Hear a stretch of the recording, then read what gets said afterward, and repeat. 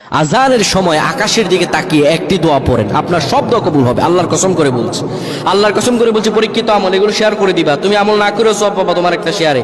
এটি যদি শুনে অন্য কেউ আমল করে তুমি আর সওয়াব পেয়ে যাবা। আজানের সময় যখন আজান হয় তখন আমরা কথাবার্তা বলি, এগুলো অনুচিত। আপনি আজানের সময় আকাশের দিকে তাকিয়ে একটি দোয়া পড়বেন। এই দোয়াটি আমরা অনেকেই পারি। এখন বলবেন হুজুর কমন পড়ে গেছে দোয়া। আমরা অনেকেই আল্লাহ তাআলার কাছে এটা ওটা চাই, কিন্তু সঠিকভাবে চাইতে জানি না।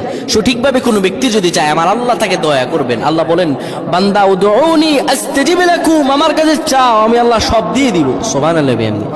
যখন আপনার আজান হয়, আজানের সময় আপনি আসমানের দিকে তাকান, তাকিয়ে আপনি বলুন, পড়তে থাকেন, আল্লাহুম্মা আনতা রাব্বি লা ইলাহা ইল্লা আনতা খলাকতানি ওয়া আনা আবদুকা ওয়া আনা আলা হাদিকা ওয়া ওয়া'দিকা মাসতাতা'তু আউযু বিকা মিন শাররি মা সানা'তু আবু'ু লাকা বিনি'মাতিকা আলাইয়া ওয়া আবু'ু বিযানবি ফাগফির লি ফাইন্নাহু লা ইয়াগফিরুয যুনুবা ইল্লা আনতা। এই সাইয়্যিদুল ইস্তিগফার আপনি পড়েন, ইনশাআল্লাহ আল্লাহ সব দোয়া কবুল করে আপনাকে কবুল আর মঞ্জুর করে নেবেন। আল্লাহু আকবার।